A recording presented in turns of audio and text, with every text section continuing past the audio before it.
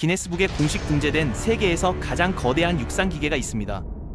길이 220m, 높이 94m로 미 해군의 니미츠급 항공모함보다 길고 30층 아파트보다 높은데요.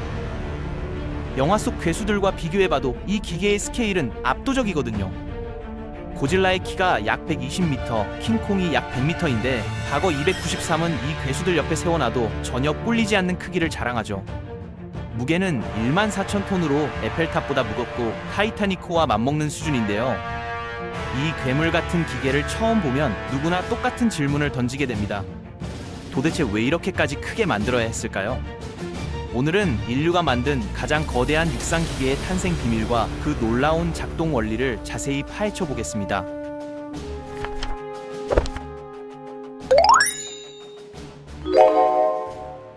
과거 293이 하는 일은 의외로 단순합니다. 바로 땅을 파는 거죠. 다만 일반적인 광산처럼 땅 밑으로 터널을 뚫는 게 아니라 아예 땅 자체를 드러내버리는 노천 채굴 방식을 사용하는데요. 쉽게 말하면 석탄이 묻혀있는 지층 위의 흙과 암석을 통째로 걷어내는 겁니다. 지하로 내려가는 것보다 위에서 덮개를 벗겨내는 게 훨씬 효율적이라는 발상에서 시작된 방식이죠. 이 과정에서 엄청난 양의 땅을 빠르게 제거해야 하는데 바로 그 역할을 과거 293이 담당하고 있습니다. 독일어로 샤우펠라트바거라고 불리는 이 기계의 정식 명칭은 버킷 휠 굴착기인데요. 이름에서 알 수 있듯이 버킷이 달린 거대한 바퀴가 핵심 부품이거든요. 이 버킷 휠의 지름만 22m에 달하는데 7층 건물 높이와 맞먹는 크기입니다. 바퀴 둘레에는 18개의 버킷이 촘촘하게 달려있고 각각의 버킷은 한 번에 6,600m의 흙이나 석탄을 퍼올릴 수 있죠. 일반 가정집 욕조가 약 200m 정도 되니까 버킷 하나가 욕조 33개 분량을 한 번에 퍼올리는 셈입니다.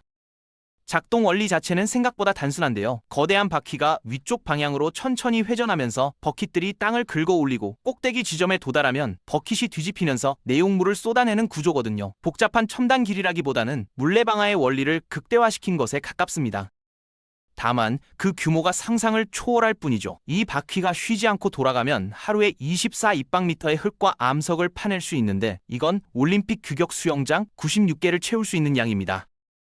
버킷 휠이 이 기계의 심장이라면 나머지 거대한 구조물들은 이 심장이 제대로 뛸 수 있도록 지탱해주는 역할을 하는데요. 전체 구조를 크게 네 부분으로 나눠볼 수 있습니다.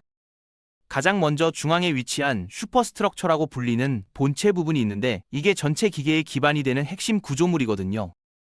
이 본체의 가장 중요한 특징은 거대한 볼 베어링, 슬로잉 링이 장착되어 있다는 건데 이 덕분에 무게 14,000톤짜리 구조물 전체가 중심축을 기준으로 360도 회전할 수 있습니다.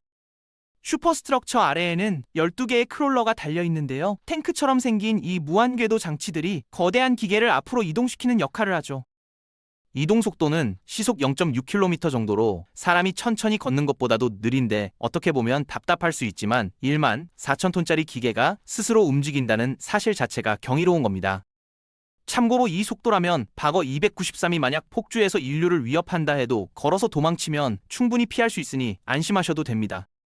버킷 휠이 달린 긴 팔은 커팅붐이라고 불리는데요. 길이가 무려 70m에 달하는 이 구조물이 버킷 휠을 채굴 지점까지 뻗어나가게 해주죠. 그런데 70m짜리 팔 끝에 수백 톤짜리 버킷 휠이 매달려 있으면 당연히 균형이 무너질 수밖에 없거든요.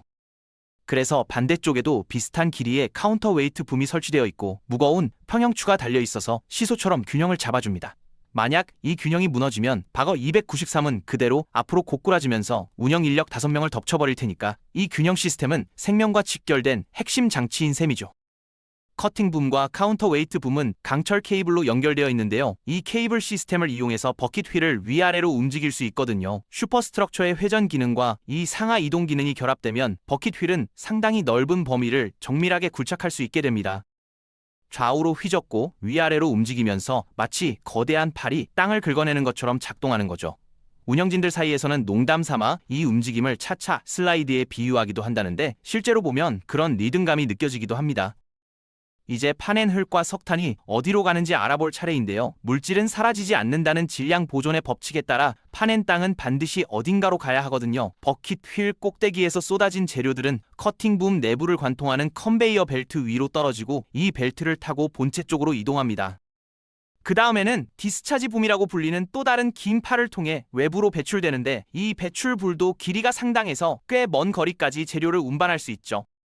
디스차지 붐 끝에서 나온 재료들은 레일 위에 설치된 또 다른 컨베이어 시스템과 연결되는데요. 이 시스템이 재료를 최종 목적지까지 운반하는 역할을 합니다. 석탄이 섞이지 않은 순수한 흙과 암석, 전문 용어로 표토라고 부르는 이것들은 이미 채굴이 완료된 광산구역으로 보내져서 빈 공간을 메우는 데 사용되거든요. 반면 석탄은 열차에 실려서 인근에 위치한 3개의 발전소로 운반되는데 이 발전소들이 독일 상당 지역에 전력을 공급하고 있습니다. 여기서 재미있는 사실이 하나 있는데요. 박어 293을 움직이는 데 필요한 전력도 바로 이 발전소들에서 공급된다는 겁니다. 자기가 캐낸 석탄으로 전기를 만들고 그 전기로 다시 석탄을 캐는 순환 구조인 거죠. 어떻게 보면 자급자족 시스템이라고 할 수 있는데 물론 환경론자들 입장에서는 이게 그다지 유쾌한 순환은 아닐 겁니다. 석탄 채굴과 석탄 발전 모두 탄소 배출의 주범이니까요. 그런데 여기서 근본적인 질문으로 돌아가 봐야 합니다. 왜 굳이 이렇게 거대하게 만들어야 했을까요? 좀 더 작은 기계 여러 대를 운용하면 안 되는 걸까요? 이 질문에 대한 답은 한 단어로 정리됩니다. 바로 효율성이죠. 박어 293한대가 하루에 처리하는 작업량은 무려 4만 명의 광부가 곡괭이를 들고 해야 할 일과 맞먹는데요. 이 기계는 24시간 쉬지 않고 가동할 수 있고 밥을 먹을 필요도 없고 화장실에 갈 일도 없고 무엇보다 파업을 하지 않거든요. 19세기와 20세기 초반 광산 역사를 보면 노동자들의 파업과 노동제의가 끊이지 않았는데요. 고용주 입장에서는 이런 인적 리스크를 최소화하는 게 중요한 과제였죠. 박어 293 같은 초대형 기계는 단 5명의 운영 인력만으로 수만 명분의 일을 해치울 수 있으니 인건비 절감은 물론이고 노무관리 부담도 획기적으로 줄일 수 있습니다. 물론 이게 노동자들에게 좋은 소식인지는 별개의 문제이긴 하지만요. 박어 293의 건설 비용은 약 1억 달러, 우리 돈으로 1,300억 원 정도가 투입되었는데요. 언뜻 보면 천문학적인 금액 같지만 이 기계가 투입된 독일 함바흐 광산의 규모를 보면 이야기가 달라집니다. 이 광산에서는 연간 10억 달러 이상의 갈탄이 생산되고 있거든요. 갈탄은 석탄의 일종인데 일반 석탄보다 탄화가 덜 진행된 상태라서 품질은 조금 낮지만 매장량이 풍부하고 채굴이 쉬워서 여전히 중요한 에너지원으로 사용되고 있습니다. 현재 함바흐 광산에 남아있는 갈탄 매장량은 약 17억 톤으로 추정되는데요. 금액으로 환산하면 520억 달러, 우리 돈으로 70조 원이 넘는 규모입니다. 1억 달러를 투자해서 520억 달러어치의 자원에 접근할 수 있다면 투자 수익률이 무려 520배인 셈이죠. 어떤 사업가라도 이 정도 숫자 앞에서는 환경 문제고 뭐고 일단 도장부터 찍고 싶어질 겁니다. 노천 채굴 방식이 지하 채굴보다 유리한 이유는 또 있는데요. 지하 갱도를 파려면 막대한 안전 시설이 필요하고 환기 시스템도 갖춰야 하고 무엇보다 갱도 붕괴 위험이 항상 존재하거든요. 역사적으로 수많은 광부들이 갱도 붕괴 사고로 목숨을 잃었죠. 반면 노천 채굴은 말 그대로 하늘이 천장이라서 이런 위험이 크게 줄어듭니다. 물론 거대한 구덩이가 생기면서 주변 생태계가 완전히 파괴되는 건 피할 수 없지만 자본의 논리에서는 이런 환경 비용이 잘 계산되지 않는 경우가 많죠. 박어 293은 1995년에 완공되어 지금까지 약 30년 가까이 운용되고 있는데요. 이 기간 동안 수많은 견학객들이 이 거대한 기계를 보기 위해 함바흐 광산을 방문했습니다. 가까이서 보면 그 규모에 압도당할 수밖에 없는데 사진으로는 도저히 그 스케일이 전달되지 않거든요. 실제로 박어 293 앞에 서면 인간이 얼마나 작은 존재인지 그리고 동시에 인간이 얼마나 대단한 것들을 만들어낼 수 있는지를 동시에 느끼게 됩니다.